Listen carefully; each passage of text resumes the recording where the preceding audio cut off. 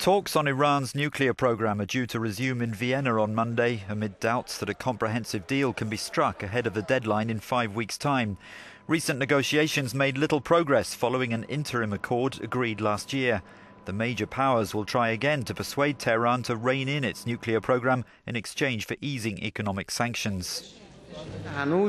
The Iranian president says he believes the issue can be settled by July the 20th. We have differences in the negotiations over the details, he says, and some of these disagreements are fundamental. Iran will continue uranium enrichment. There's no argument about that. No one should even contemplate the idea that enrichment in Iran can be stopped. That issue is done and dusted. In Washington, there's skepticism over the Iranians' intentions, as well as some accusations that they failed to respect the terms of the interim agreement. How much capacity Tehran would be allowed to enrich uranium remains contentious. They believe they should maintain some degree of enrichment. That's really the sticking point here, or at least the central sticking point.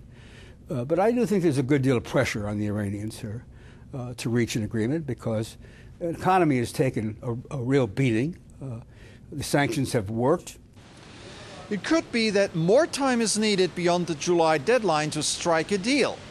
But both Iran and the international powers may face domestic political pressures to argue for better terms during this extra time period, which would only complicate the negotiations further. Stefan Grobe, Euronews, Washington.